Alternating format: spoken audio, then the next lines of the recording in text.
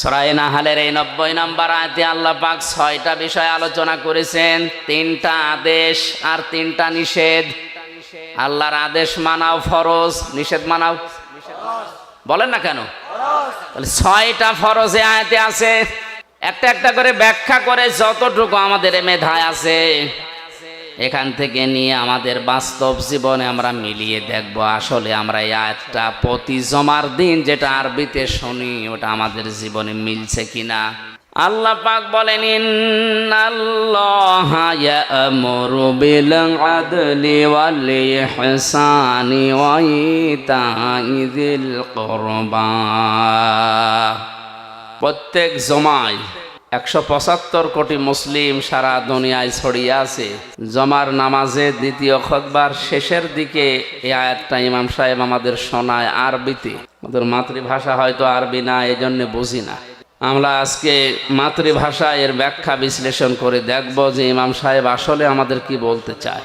কোরআন থেকে আলোচনা করার, তাফসির করার যে সমস্ত নিয়ম নীতিগুলো আমরা জানি, ফেজিলালিল কোরআনে সাইয়্যিদ কুতুব রহমতুল্লাহ আলাইহি 6টা শর্ত দিয়েছেন। কেউ যদি কোরআনের কোনো আয়াত থেকে তাফসির করে মানুষকে শোনায়, প্রথমে তার শুদ্ধ তেলাওয়াত করবে, মাতৃভাষায় অর্থ করবে, ঐতিহাসিক প্রেক্ষাপট তাদের সামনে বলবে। 4 নম্বরে ব্যাখ্যা বিশ্লেষণ যতটুকু আছে তার সমর্থে সে করবে। 5 নম্বরে ওখান থেকে মূল শিক্ষা নিয়ে যৌথভাবে সবাইকে উদ্যোগ নিয়ে এটা মানার চেষ্টা চালানো লাগে। এ মাহফিলটার আয়োজন হয়তো ওই কারণেই এনারা করেছেন নাকি? আমরা কোরআন যারা শুনতে এসেছি আর যারা বলতে আসলাম তাদের কিছু দায়িত্ব আল্লাহ দিয়েছে।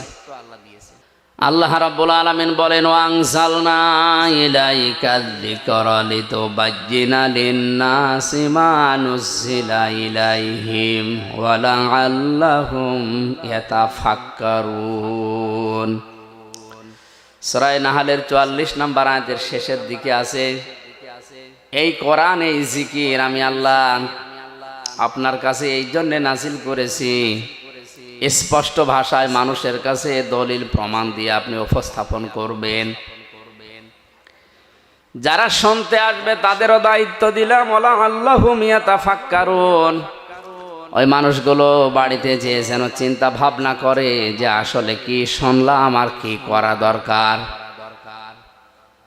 তাহলে আমার দায়িত্ব সূরা নাহলের 90 নম্বর আয়াতের সঠিক ব্যাখ্যা বিশ্লেষণ সুন্দরভাবে উপস্থাপন করা, আর আপনাদের দায়িত্ব হচ্ছে এই কথাগুলো নিয়ে চিন্তা ভাবনা করে প্র্যাকটিক্যাল লাইফে কাজে লাগানো। এই কথা বলে না কেন? এটা যেহেতু দুনিয়ার কোনো সাধারণ বই না, কিতাব না, আল্লাহর পক্ষ থেকে আসা একমাত্র শুধুমাত্র কেবলমাত্র নির্ভেজাল একটা কিতাব। যালিকাল কিতাবু লা রাইবা ফিহি, এ শব্দটা পৃথিবীর কোনো বইয়ের আগে লেখা সম্ভব না, শুধু কোরআন বাদ দিয়ে। এই জন্য এই কোরআন উপস্থাপন করার কিছু ধরন আল্লাহ শিখিয়েছেন। যেভাবে সেভাবে যেখান থেকে যা তা বললেই কোরআনে কারিমের হক আদায় হবে না। কিভাবে আপনি কোরআন উপস্থাপন করবেন মানুষের সামনে? 1500 বছর আগে মহান আল্লাহ সে ধরন আমাদেরকে, সেই পদ্ধতি শিখিয়েছেন। আলিফ লাম মিম সাদ কিতাবুন উনজিলা ইলাইকা ফালা ইয়াকুন ফি সাদরিকা হারাজুম মিনহু লিতুনযিরা বিহি ওয়া যিকরা লিল মুমিনিন। আল্লাহ পাক বলেন, এই একটা কিতাব, কিতাবুন আনজালনাহু ইলাইকা, আপনার প্রতি আমি আল্লাহ নাজিল করেছি, লিতুখরিজান নাসা মিনাজ যুলুমাতি ইলান নূর, মানুষদেরকে অন্ধকারের পথগুলো থেকে বের করে আলোর পথের দিকে নিয়ে আসবেন।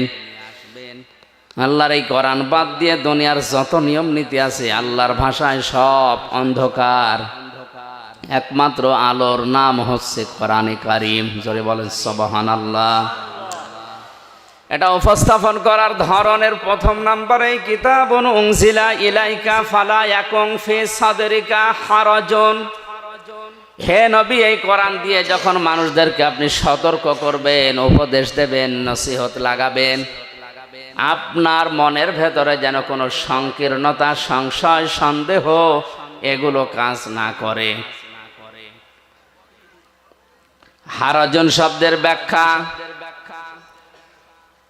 লিতুনজিরা, হারাজুম মিনহু লিতুনজিরা বিহি, এই শব্দটুকুর ব্যাখ্যায় আমি দুইটা বিষয় পেয়েছি তাফসিরে। এক নম্বরে মুফাসসির দিয়েছেন, কোরআন দিয়ে যখন আপনি সতর্ক করবেন, হয়তো পৃথিবীর অনেক মানুষ এটা মেনে নিতে পারবে না, কারণ আবহমান কাল থেকে তারা একটা নিয়ম নীতির উপর চলছিল। কোরআনে কারিম দিয়ে যখন সঠিকটা তুলে ধরবেন, ওইটার উপরে আঘাত লাগবে।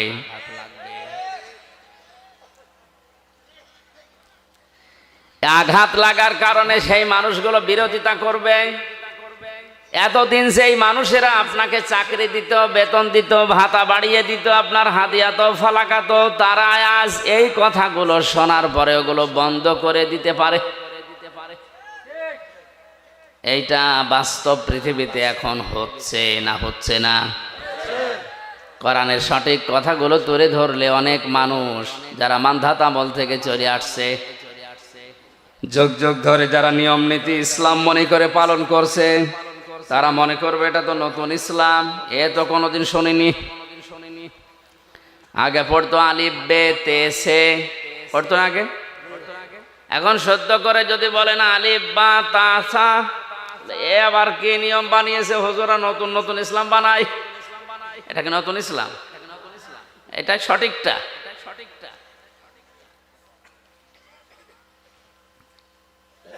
দ্বিতীয় নম্বরে আপনি যে ব্যাখ্যা, বিশ্লেষণ, তাফসীর উপস্থাপন করবেন মানুষের সামনে, হয়তো অনেকেই না বোঝার কারণে বিরোধিতা করতে পারে। এই ধরনের মানুষ কম।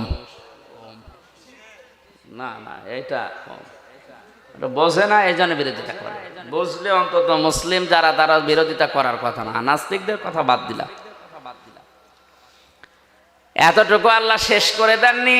পরবর্তী আয়াতে আল্লাহ পাক বলেন, ইত্তাবিউ মা উনজিলা ইলাইকুম মির রাব্বিকুম ওয়া লা তাত্তাবিউ মিন দুনিহি আউলিয়া কলিলাম মা তাযাক্কারুন।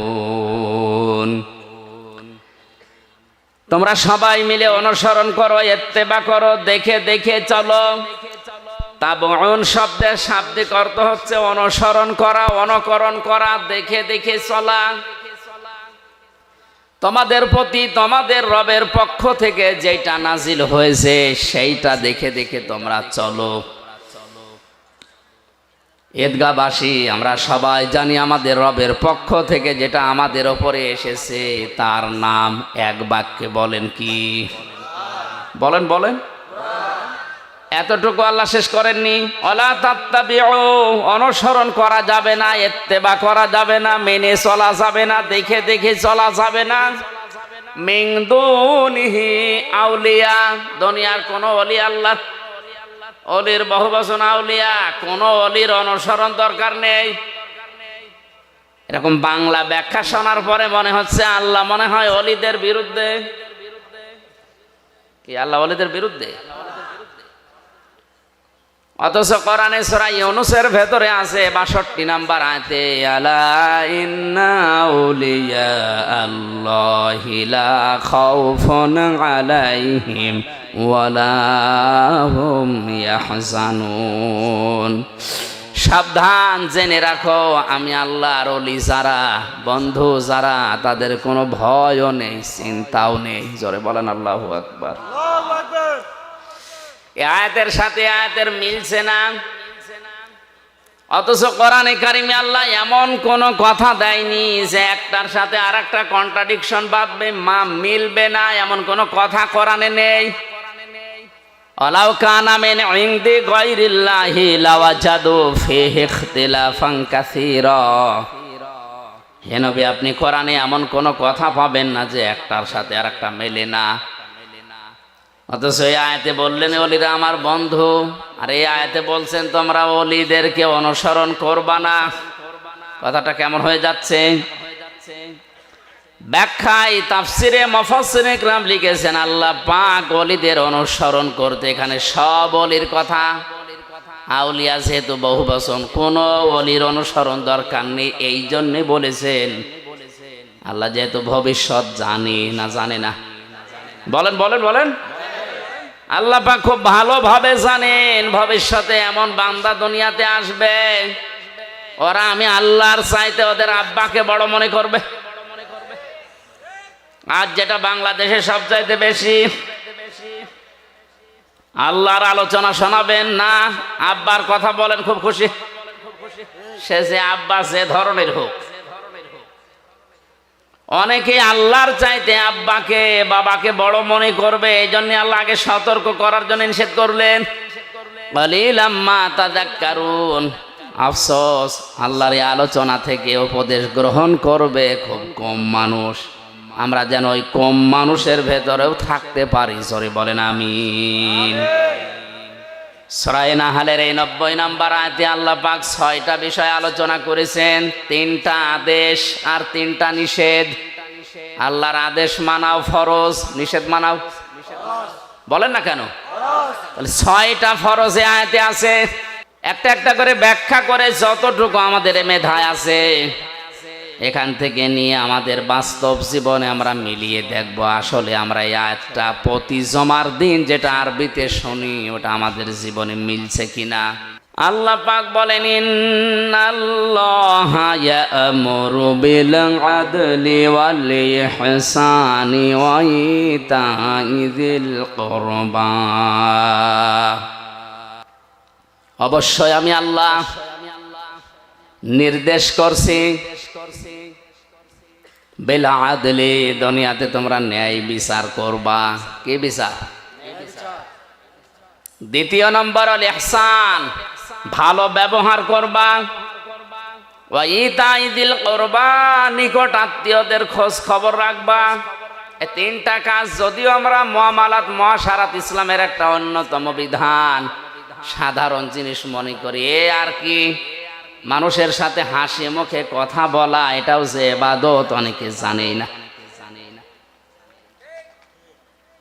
আকুলু লিন-নাসি হুসনা, মানুষের সাথে কথা বললে ভালো ভালো কথা বলো। যদি কেউ হাসি দিয়ে কথা বলা শুরু করে সালাম দিয়ে, তাহলে তার সাদগা দেওয়ার সওয়াব হয়।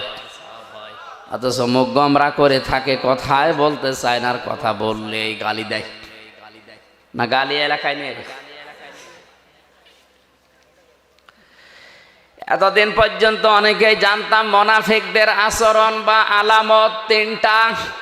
আয়াতুল মুনাফিক সালাসা, মুনাফিকের আচরণ চিহ্ন 3টা জানতাম আমি, হাদিসে 4টা পর্যন্ত পেয়েছি। কথা বললেই মিথ্যা কথা বলে, ওয়াদা করলে খেলাফ করে, আমানত রাখলে খেয়ানত করে। 4 নম্বরে মুনাফিকের যার মাঝে রোগ আছে, তাদের ভেতরে যারা ঝগড়া হলেই গালি দেয়।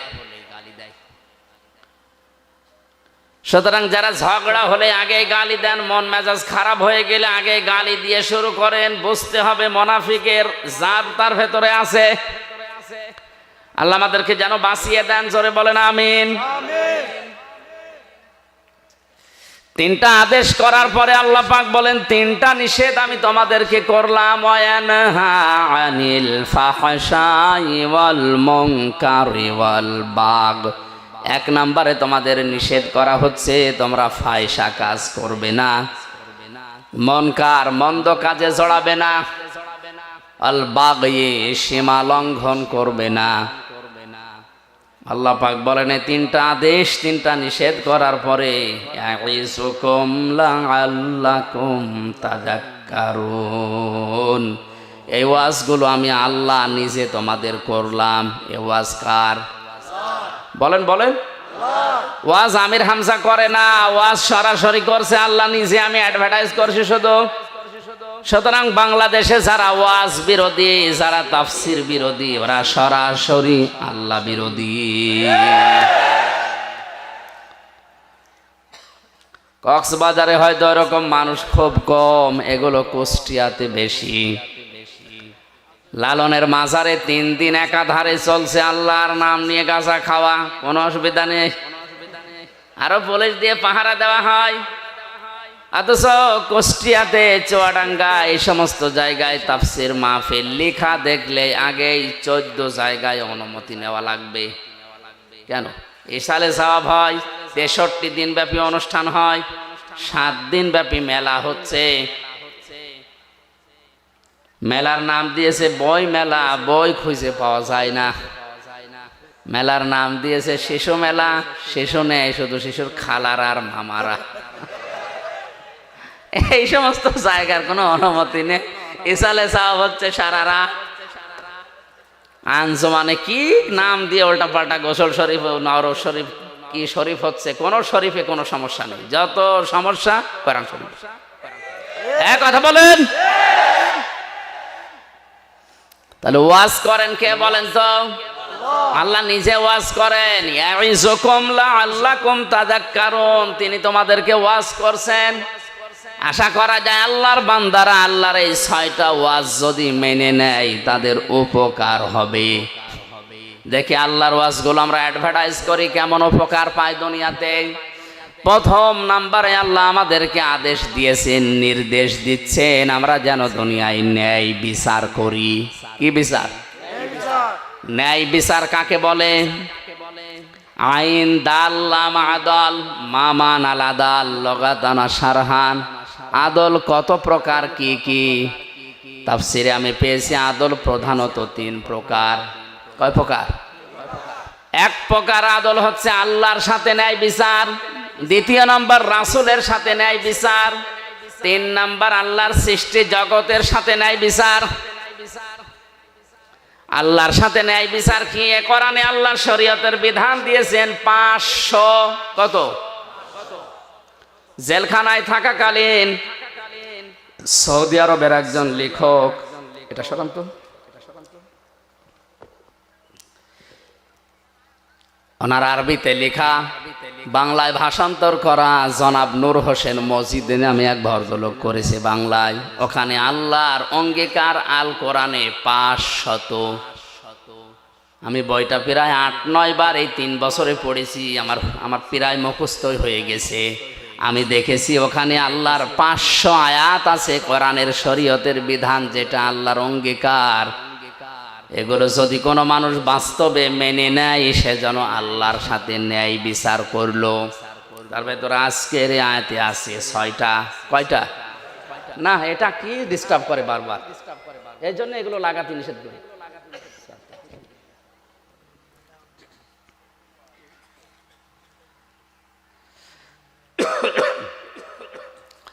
সুবহানাল্লাহ আলহামদুলিল্লাহ লা ইলাহা ইল্লাল্লাহ, সুবহানাল্লাহ আলহামদুলিল্লাহ লা ইলাহা ইল্লাল্লাহ, লা ইলাহা ইল্লাল্লাহ মুহাম্মাদুর রাসূলুল্লাহ। আমার ভাইরা, তাহলে আল্লাহর সাথে আদল, আজকের এই 6টা বিধানও যদি আমরা অন্তত বাস্তবে মিলাতে পারি, তাও কিছুটা হলো আল্লাহর সাথে ন্যায় বিচার হবে। দেখি সামনে যাই। 2 নম্বর ন্যায় বিচার রাসূলের সাথে। বিশ্ব নবী মুহাম্মদ রাসূলুল্লাহর 40 থেকে 63 এই 23টা বছরে তিনি যা করেছিলেন, ওইটা আপনার প্র্যাকটিক্যাল লাইফে মেনে নেওয়ার নাম ন্যায় বিচার। হ্যাঁ, এখন অনেকে বলতে পারে আমি কিন্তু প্রথম 1 থেকে 40 পর্যন্ত মানি। কোরআন হাদিসে 1 থেকে 40 পর্যন্ত আপনি যদি নবীজিকে না মানেন, আপনি জাহান্নামে যাবেন, এমন কথা আমি পাইনি। কিন্তু 40 থেকে 63 এই 23 বছরের একদিনও যদি আপনি না মানেন, আপনার খবর আছে। কথাগুলো বোঝার চেষ্টা করেন। আজ বাংলাদেশ সহ বিশ্বে 2 রকম ইসলাম পালন করার পেছনে কারণ এই 2টা। নবুয়তের আগে 23 বছর, নবুয়তের পরে 23 বছর। লাকাদ কানা লাকুম ফি রাসূলিল্লাহি উসওয়াতুন হাসানা লিমান কানা ইয়ারজুল্লাহা ওয়াল ইয়াউমাল আখির ওয়া যাকারাল্লাহা কাসীরা। জোরে বলেন আল্লাহু আকবার। আলেম যারা আছেন তাদেরকে একটু খেয়াল করার জন্য বলছি। আল্লাহ গ্যারান্টি দিয়ে আয়াত শুরু করেছেন, লাকাদ কানা লাকুম ফি রাসূলিল্লাহি, অবশ্যই তোমাদের জীবনের জন্য সর্বোত্তম আদর্শ লুকিয়ে রেখেছি আমি রাসূলুল্লাহর জীবনে। কার জীবনে? আল্লাহ পাক কি আমাদের নবীজির নাম জানেন না? বলেন বলেন। তিনি তো আব্দুল্লাহ ইবনে মুহাম্মদ ছিলেন 1 থেকে 40 বছর পর্যন্ত, এইটা তার নাম ছিল। এর আগে হয়তো মানুষ তাকে সাদিক বলে ডাকতো, আল আমিন বলে ডাকতো, কিন্তু রাসূলুল্লাহকে বলতো না।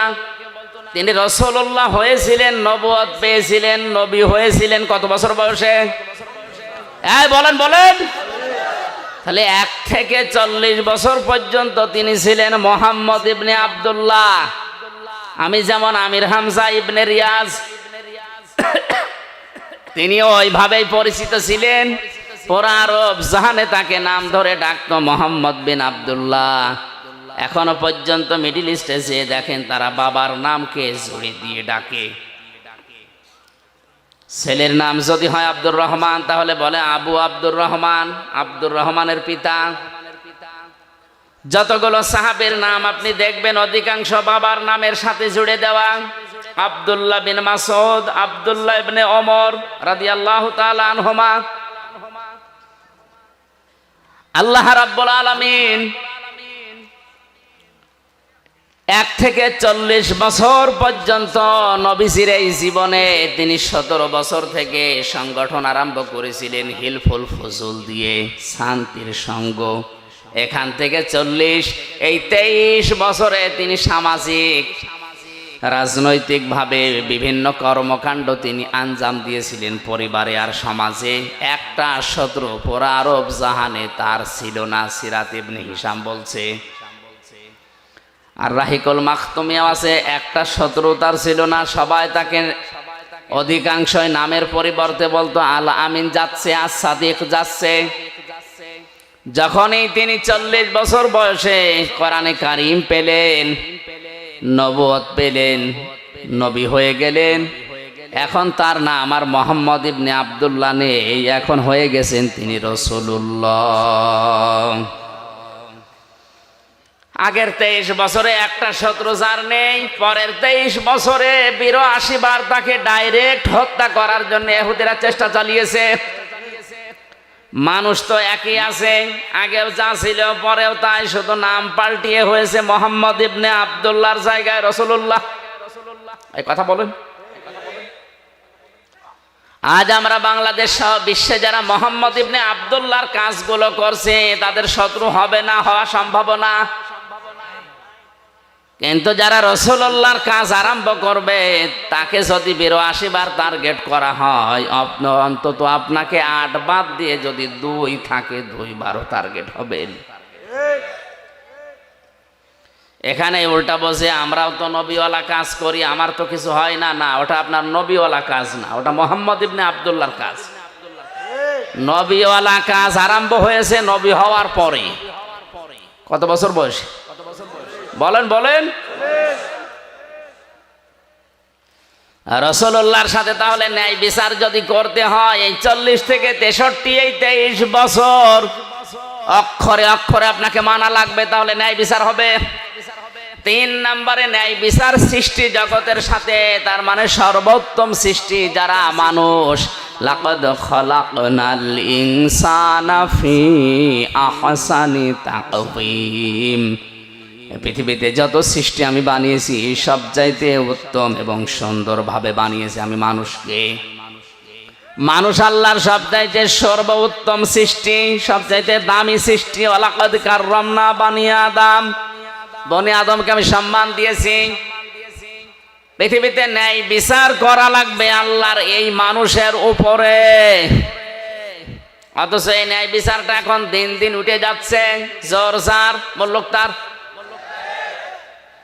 জোর যার মুল্লুক তার, ক্ষমতা যার রায় তার, ক্ষমতা যার রায় তার। এই কারণে আমি 3 বছর ভেতরে, এটা যদি না হতো তাহলে এতদিন আমারে বেকার এই ছোট্ট ঠুনকো মামলা নিয়ে 3 বছর থাকা লাগতো না। ক্ষমতা যার, বলেন বলেন, রায় তার, ক্ষমতা যার রায় তার। এটা ছিল মিশরের বাদশা আজিজ মেসরের জামানায়। হযরতে ইউসুফ নবীকে বাজার থেকে কিনে তার স্ত্রীর কাছে একজন দিয়ে গেল, স্ত্রীকে উপহার দিল। আস্তে আস্তে তিনি যৌবন পেলেন। হযরতে ইউসুফ নবী আলাইহিস সালাম যখন বড় হতে লাগলেন, জুলাইখা নামে, আমি ঘটনা বলার উদ্দেশ্য না, আমার এখান থেকে শিক্ষা বের করা একটা উদ্দেশ্য, খুব খেয়াল করেন। আল্লাহ রাব্বুল আলামিন বলেন, আকালাল্লাযী ইশতারাহু মিন মিসর লিমারআতিহি আকরিমি মাসওয়াহু আসা আইয়ানফা'না আও নাত্তাখিযাহু ওয়ালাদা। এর সার কথা হচ্ছে, এই মহিলা তার স্বামীকে বলেছে, এই ছোট্ট সন্তানটাকে হয় আমরা নিজের সন্তান হিসাবে গ্রহণ করি, অথবা এই সন্তান আমাদের অনেক উপকারে লাগবে। আল্লাহ পাক বলেন, এভাবে করে আমি ইউসুফকে প্রতিষ্ঠিত করলাম তার বাড়িতে। অথচ তার ভাইরা যখন তাকে বিক্রি করে দিচ্ছিল, সে সময় প্রায় 3টা কথা তার নামে তহমত লাগিয়েছিল। 1 নম্বরে বলেছে, আমাদের এটা গোলাম, বাড়ি থেকে চুরি করে পালিয়ে যায়, এই জন্য আমরা বিক্রি করে দিচ্ছি। 2 নম্বরে বলেছিল, এই গোলামের চরিত্র ভালো না। 3 নম্বরে বলেছিল, এই গোলাম আমাদের অনেক কিছু চুরি করে পালাচ্ছিল। ইউসুফ নবীর চরিত্রের বিরুদ্ধে যে 3টা কথা তার ভাইরা বলেছিল, একটাও সত্য। অথচ হযরতে ইউসুফ ওই সময় ছোট মানুষ, 12 বছর বয়স, কিচ্ছু বলেন নাই, খালি শুনছিলেন আমার ভাইরা বলছে কি। আজ পৃথিবীতে অনেক জায়গায় এমন আছে, আমাদের বিরুদ্ধে যে কথাগুলো বলা হয়, শুধু শোনা ছাড়া প্রতিবাদ করার কোনো জায়গাও আমাদের নেই। বাস্তবের দিকে তাকান, ধরে নিয়ে যাচ্ছে পুলিশ, মামলার আয়ু পুলিশ, ম্যাজিস্ট্রেট ওদের, বিচারক ওদের, জজ ওদের। মামলায় যা যা লিখেছে সব ওরা নিজেরাই লিখেছে। আপনাকে বলবে এখানে সই করে দেন, আপনি যদি সই নাও করেন, এমন কায়দায় সই করে নেবে মনে হচ্ছে যে আপনারই সই। সব কিছুই ওদের। আপনি নীরব দর্শকের ভূমিকা পালন করে শুধু দাঁড়িয়ে থাকবেন আর দেখবেন ইউসুফ নবীর মতো, আল্লাহ আমি এখন করব কি, কিচ্ছু করার নেই আমার। যদি আমি একটু উসবিস করি, তাহলে এই যে ক্রেতা চলে যাওয়ার পরে আমার ভাইরা 12-11 জন আমারে ছাড়বে না, মেরে ফেলবে। আর যদি আমি কিছু না বলি, কিচ্ছু না বলে যদি চুপ করে থাকি, অন্তত এখান থেকে এই ক্রেতা আমাকে নিয়ে যে দেশেই যাবে, জীবন বাঁচানো অন্তত যাবে। আমি যদিও বিক্রি হয়ে যাচ্ছি, আজ বিশেষ করে বাংলাদেশ সহ বিশ্বের বহু জায়গায় আলেম এবং মুসলমানেরা ঠিক নবী ইউসুফের মতো অসহায় অবস্থায় আছে। আল্লাহ রাব্বুল আলামিন বলেন, অনুরিদু আন্নামুন্না আলাল্লাযীনা ইসতাযইফু ফিল আরদি ওয়া নাজআলাহুম আইম্মাতাও ওয়া নাজআলাহুমুল ওয়ারিসিন। সূরা কাসাসের 5 নম্বর আয়াতে আছে, ফেরাউন চেয়েছিল এই পৃথিবীর ময়দান থেকে একটা মাত্র দলকে ধ্বংস করে বিদায় করে দিতে পারলে আমার সবকিছু টিকে থাকবে। ওই দেশে বিভিন্ন দল বিদলে মানুষদেরকে বিভক্ত করে দিত। আজও আমাদের এক জায়গায় অনেকেই হতে দিতে চাচ্ছে না। ছোটখাটো বিষয় নিয়ে দল বিদলে বিভক্ত দল বানিয়ে, ওই সমস্ত কোন দলের ওপরে ফেরাউনের টার্গেট ছিল না, শুধুমাত্র একটা দলকে টার্গেট করেছিল, সেটা হবে মুসা আলাইহিস সালামের দল। আজও বিশ্বের অনেক জায়গাতে আপনি তাকান, যে বিষয় শরীয়তে মরণের পরে কবরে ওই বিষয়ের প্রশ্ন হবে না, এরকম বিষয় নতুন করে সামনে এনে উনি আলাদা দল বানিয়েছে। উনি আল্লাহু আকবার বলে হাত বাঁধে বুকে, উনি আলাদা। অথচ মরণের পরে আপনাকে আল্লাহ কিন্তু জিজ্ঞাসা করবে না, এই হাত কোথায় বাদ দিস বলবে। আপনি যদি শুধু আল্লাহু আকবার বলে হাত ছেড়ে দেন তাও অসুবিধা নেই, হাত যদি বুকে বাঁধেন তাও অসুবিধা নেই, যদি নাভিতে বাঁধেন তাও অসুবিধা নেই, যেখানে সেখানে বাঁধলেই নামাজ হবে, ছেড়ে দিলেও সমস্যা না। ইমাম আহমদ ইবনে হাম্বল রহমতুল্লাহ আলাইহে তার মাযহাব যারা মেনে চলে তারা দেখেছি সৌদি আরবে কাবা শরীফে মসজিদে নববীতে আল্লাহু আকবার বলার পরে হাত ছেড়ে দিয়ে দাঁড়িয়ে আছে। আমি প্রথমে জানতাম না, কাবা শরীফে নামাজ পড়তে গিয়ে যদি আল্লাহু আকবার বলে হাত ছেড়ে দাঁড়িয়ে আছে, আমি মনে করছি ওর মনে নেই, খালি গোতা মারছে। ওটা আমার ভাষা বলছে না, নামাজ শেষ পর্যন্ত ছেড়ে দিয়েছে। কালো আফ্রিকায় বাড়ি, আমার দিকে তাকিয়ে বলছে কি, মানে ওর ভাষা দিয়ে যে কি আপনি গোতাদের কেন? আচ্ছা এই নিয়ম তো অন্তত আমাদের দেশে আমি পাইনি। অন্তত হাত আপনি বুকে বাঁধেন নাই, নাভিতে বাঁধেন, হচ্ছে ছেড়ে দিয়ে দাঁড়িয়ে আছেন, এটা তো আমি জানতাম না আগে। পরবর্তীতে আমার সাথে যারা ছিল তারা বলছিল যে এরা এই মাযহাব মেনে চলে, অসুবিধা নেই। আমার ভাইরা, আপনি মিলান এ বিষয়টা নিয়ে কবরে আপনাকে প্রশ্ন করা হবে না, এটা আপনার সিলেবাসেও নেই। সিলেবাসে যে 5টা বিষয় আছে আমি সামনে আসবো, ওর ভেতরে এইটা অন্তত নেই। অথচ আমিন জোরে বলবেন না আস্তে বলবেন, এই নিয়ে একদল আলাদা হয়ে মসজিদ পর্যন্ত আলাদা বানিয়েছে। এটা ইহুদি খ্রিস্টান বাদ দিলাম, অনেক নামধারী মুসলমান মুনাফিকেরা সূক্ষ্ম ষড়যন্ত্র করে এই ছোটখাটো জিনিস দিয়ে আমাদের আলাদা আলাদা করে আমাদের শক্তি হারিয়ে ফেলেছে। ওয়াতিউল্লাহ ওয়া রাসূলাহু ওয়া লা তানাসাউ ফাতাফশালু ওয়া তাযহাবা রিহুকুম ওয়াসবিরু ইন্নাল্লাহা মা'আস সাবিরিন। সূরা আনফালের 10 নম্বর পারা 2 নম্বর পৃষ্ঠার 1ম নাম্বার লাইনে আছে আল্লাহ পাক বলেন, আল্লাহর ইতাআত করো, রাসূলের আনুগত্য করো, সাবধান তোমরা নিজেরা নিজেদেরকে বিচ্ছিন্ন করে ফেলো না, তোমরা পরস্পর মতবিরোধ তৈরি করো না, তাহলে তোমাদের হাওয়া কমে যাবে। অতাযহাবা রিহুকুম ওয়াসবিরু শব্দের দিকে খেয়াল করেন, অতাযহাবা রিহুকুম তোমাদের বাতাস বেরিয়ে যাবে। বাতাস বেরোনো মানে, আমি আয়াতের তাফসীর পড়ার পরে বুঝতেছিলাম না। একবার যশোরে একটা অনুষ্ঠানে যাবার সময় থানার সামনে দিয়ে যেতে যেতে দেখি থানার ভেতরে অনেকগুলো প্রাইভেট মোটরসাইকেল পুরাতনতা পড়ে আছে। নিচের দিকে তাকিয়ে দেখলাম অধিকাংশ মোটরসাইকেল প্রাইভেটের চাকায় হাওয়া নেই, আর হাওয়া না থাকলে ওগুলো সব মুখ থুবড়ে পড়ে থাকে। কথা বলে না কেন? এই যে হাওয়া না থাকলে ওর চলার ক্ষমতা নেই, নড়ার ক্ষমতা নেই, দেখতেও যেন কেমন লাগে। মুসলমানদের ভেতরে যখন ঐক্য নষ্ট হয়ে যায় তখন আল্লাহ পাক বলেন তাদের বাতাস, তাদের শক্তি বের হয়ে যাবে, তখন যে সে থাপড় দেবে। আর এটা অলরেডি এখন আরম্ভ হয়েছে। আন্তর্জাতিক বিষয়টা আমি পরে বলবো, এটা দেশীয় রাজনীতিতে দেশীয় সূক্ষ্ম ষড়যন্ত্র এইটা, এই জন্য আমরা এক জায়গায় হতে পারি না। ফেরাউন ঠিক এই কাজ করে ওই মিশরের ভেতরে আলাদা আলাদা দল করে কয়েকশো দল বানিয়েছে, কোন দল তার টার্গেট ছিল না।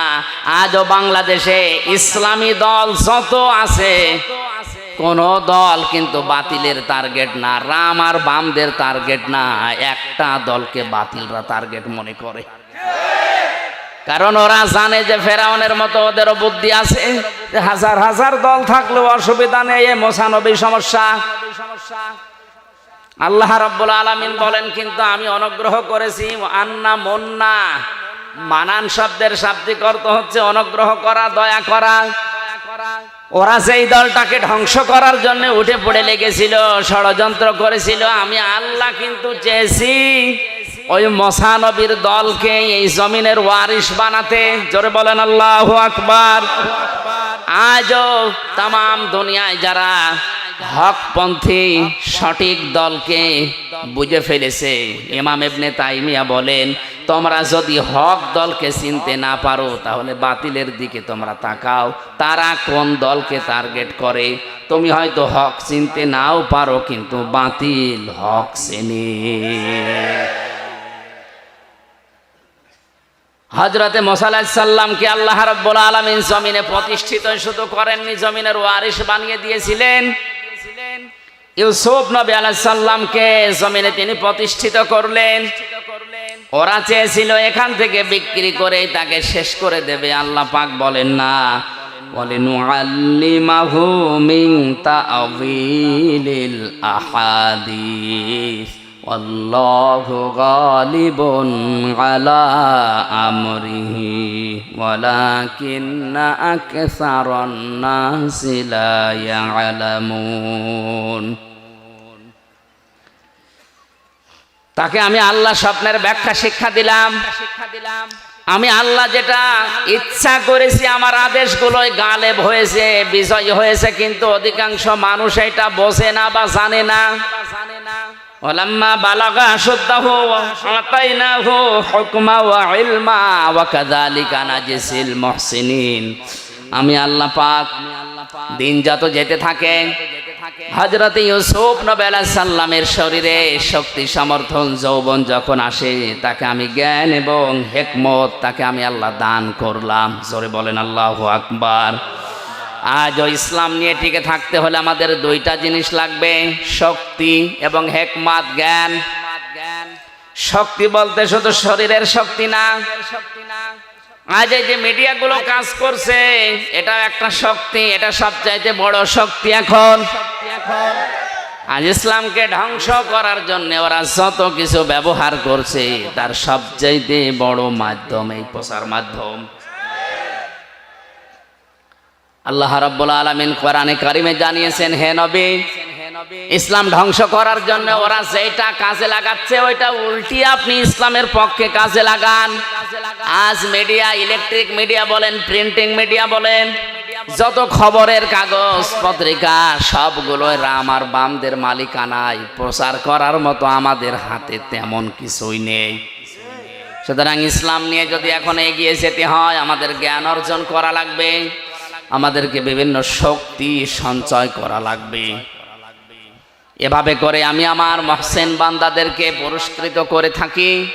এবার আমার মূল কথায় আসছি, ওয়ারাওয়াদাতুহুল্লাতী হুয়া ফি বাইতিহা আন নাফসিহি ওয়া গাল্লাকাতিল আবওয়াবা ওয়া ক্বালাত হাইতা লাক। হযরত ইউসুফ যখন যৌবনে পদার্পণ করলেন, ওই বাড়ির মালিক যে জুলাইখা, যার নাম, নবী ইউসুফকে আল্লাহ এত সৌন্দর্য দান করেছিলেন, তাফসিরে বেশি দুইজন পুরুষকে আল্লাহ সবচাইতে বেশি সুন্দর করে দুনিয়ায় পাঠিয়েছেন। তার ভেতর ইউসুফ নবী দ্বিতীয়, এক নাম্বারেই ছিলেন আমাদের নবী মুহাম্মদ রাসূলুল্লাহ।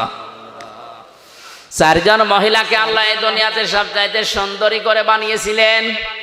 কিয়ামত পর্যন্ত এরকম মানুষকে আল্লাহ আর পাঠাবেন না। তার এক নম্বরে হযরত হাওয়া আলাইহিস সালাম, এত সুন্দর মানুষ দুনিয়া আর আসবে না। দুই নম্বরে জুলাইখা, তিন নম্বরে রানী বিলকিস, চার নম্বরে বিশ্বনবীর ছোট মেয়ে হযরতে ফাতিমাতুজ জাহরা রাদিয়াল্লাহু তাআলা আনহা। এই যে দুই নম্বরে যার নাম বললাম জুলাইখা, এও ছিল বিশ্ব সুন্দরী ওই সময়। এই মহিলা একটা একটা করে দরজা সবগুলো বন্ধ করে দিয়ে একেবারে উপরে ইউসুফ নবীকে একান্তে ডাক দিয়ে বলে, আসেন। হযরত ইউসুফ নবী আলাইহিস সালাম যেখানে ছিলেন পরিবেশ তার কন্ট্রোলে ছিল, কারণ 7টা দরজায় বন্ধ। কয়টা? আমি ঘটনা বলবো, এই জন্য আয়াত পড়িনি, আমি একটা শিক্ষা দিতে চাই। ইউসুফ নবী যেখানে ছিলেন সব তার পক্ষে ছিল, এমনকি কাজের যে মহিলাটা, জুলাইখার যে কাজের মেয়ে লোকটা, যে বাদী, যে দাসী, যে কাজ করে দিত, সেই মহিলাও এই কাজের পক্ষে। অসুবিধা নেই। মহিলা ডাক দিচ্ছে, ওয়াকালাত হাইতা লাক, আসেন আমার দিকে। হযরত ইউসুফ আলাইহিস সালাম বললেন, ইন্নী আখাফুল্লাহ, আমি আল্লাহকে ভয় পাই। ক্বালা মাআদাল্লাহি ইন্নাহু রাব্বি আহসানা মাসওয়ায়া ইন্নাহু লা ইফলিহুজ জালিমুন। একটু খেয়াল করেন, হযরত ইউসুফ নবী বললেন, আমি আল্লাহর সাহায্য চাই। জুলাইখা ডাক দিয়ে বলছে, আল্লাহর সাহায্য তো আমিও চাই। এখানে আপনি যেটা করবেন কেউ জানতে পারবে না, কেউ দেখতেও পারবে না। আপনি মনে মনে করছেন আমার দেবতা দেখছে, এই যে দেবতার মাথার উপরে আমি কাপড় দিয়ে দিলাম, আর দেখতে পারবে না। ইউসুফ নবী ওই সময় বলেছিলেন, আল্লাহর বান্দি, এই মাটির মূর্তিগুলো কাপড় দিয়ে হয়তো ঢাকা যায়, কিন্তু আমি এমন একজন সত্তার ইবাদত করি যার মুখ যার চোখ কখনো কাপড় দিয়ে বন্ধ করা যায় না।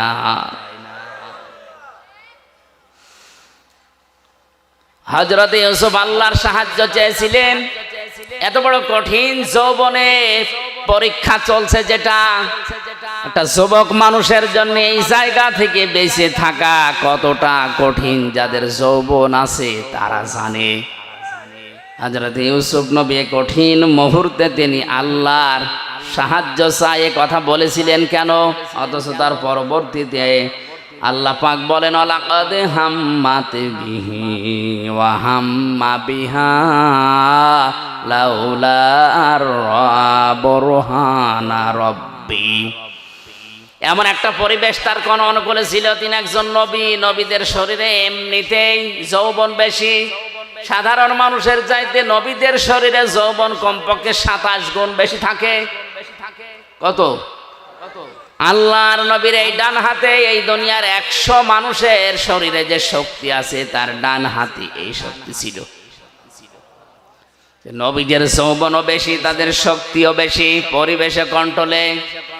যেমন তেমন মহিলা না, বিশ্ব সুন্দরী। আল্লাহ রাব্বুল আলামিন বলেন, হযরতে ইউসুফও কিন্তু মানুষ হিসাবে রাজি হয়ে গিয়েছিলেন, আর ওই মহিলা তো আগেই রাজি। এই আয়াতের কথা যা বলছি ঠিক আছে? হ্যাঁ, আমি যে বললাম লাকাদ হাম্মাত বিহি ওয়া হাম্মা বিহা, ইউসুফ নবীও রাজি, জুলাইখাও রাজি, ঠিক আছে? বাংলা অর্থ তো এটাই হয়, লাকাদ হাম্মাত বিহি ওয়া হাম্মা বিহা। ইউসুফ নবীও রাজি ছিলেন, জুলাইখাও রাজি। বাংলা অর্থ এরকমই আছে, কিন্তু এটা যদি করে শেষ করে দেন আপনার ঈমান থাকবে? নবীর উপর একটা তহমত চলে যাচ্ছে না? আল্লাহ পাক বলেন, লাউলা বুরহানা রাব্বি, যদি আমার, হযরত ইউসুফ বলেন, যদি আমার রব আমাকে কিছু দলিল, কিছু বুরহান, কিছু প্রমাণ সামনে না দিতেন, তাহলে আমিও ঝুঁকে পড়েছিলাম। কারণ মানুষ হিসাবে আমার ভেতরে যৌবন আছে, শয়তান তো বসে নেই। জেলখানার এই জীবনে মামুনুল হক সাহেব ছিলেন আমার পাশের রুমে। মানুষ হিসাবে মাঝে মাঝে আমাদের হতাশা আসে, কিন্তু কোরআনে কারিমের সমস্ত আয়াতগুলো যখনই পড়তাম, অর্থ ব্যাখ্যা বিশ্লেষণ নিয়ে আলোচনা করতাম, তখন আবার স্বাভাবিক হয়ে যেতাম না। আমাদের মালিক আছেন, তিনি আমাদের ছাড়বেন না। কারণ আমি তো জেনা করে আসিনি, আমি তো মানুষ খুন করে আসিনি, আমি তো টাকা পাচার করে আসিনি। কোরআনে কারিমের সূরা মায়েদার 67 নম্বর আয়াত আমি যেই দিন পড়েছি, ওই দিন থেকেই কোরআনে কারিম যতটুকু বুঝি, যতটুকু জানি, আমি সাফ করে পরিষ্কার করে প্রচার করার চেষ্টা চালাচ্ছি সেই 12 সাল থেকে। ইয়া আইয়ুহার রাসূলু বাল্লিগ মা উনজিলা ইলাইকা মির রাব্বিক ওয়া ইল্লাম তাফআল ফামা বাল্লাগতা রিসালাতা আল্লাহু ইয়াসিমুকা মিনান নাস ইন্নাল্লাহা লা ইয়াহদিল কওমাল কাফিরিন।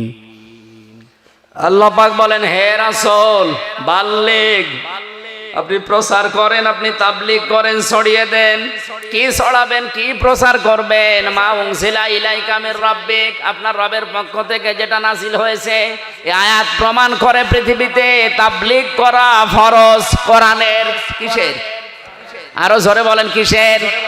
পৃথিবীর কোন মানুষের তাবলীগ করা ফরজ না, জায়েজও না। এমনকি কোন মানুষ যদি মারা যায় সর্বোচ্চ 3 দিন তার স্ত্রী তার জন্য শোক পালন করবে। কয়দিন? সাধারণ মানুষ যত মারা যাবে সর্বোচ্চ 3 দিন, আর স্বামী মারা গেলে 40 দিন।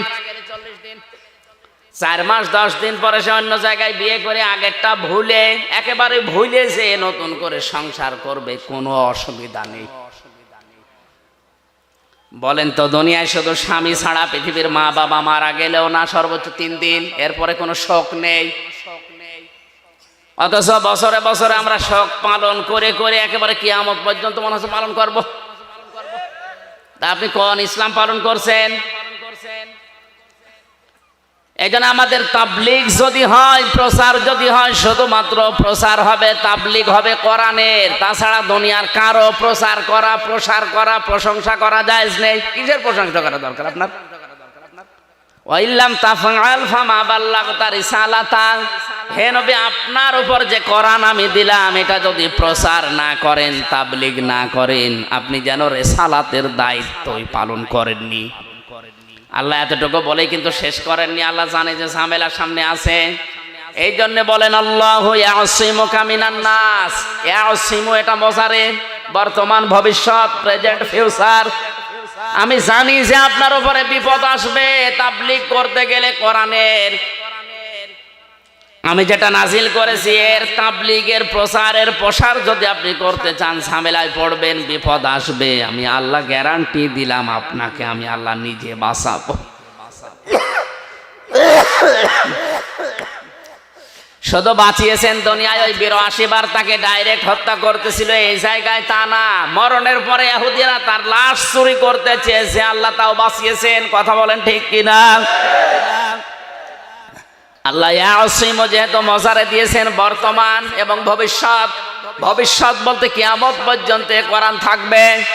সুতরাং কিয়ামত পর্যন্ত কোরআনের সঠিক তাবলীগ যদি কেউ করে, ও যত বড় বিপদেই পড়ুক না কেন, শহীদ করে হলেও তাকে আল্লাহ সাহায্য করবে। অনেকেই মনে করে যে জেলখানায় গিয়ে শহীদ হয়ে গেলে ওর জীবন শেষ হয়ে গেল, মারা গেল না। ওয়ালিয়ালামাল্লাহুল্লাযীনা আমানু ওয়ায়াত্তাখিযা মিনকুম শুহাদা ওয়াল্লাহু লা ইউহিব্বুজ জালিমিন। সূরা আলে ইমরানের ভেতরে 140 নম্বর আয়াতে আছে,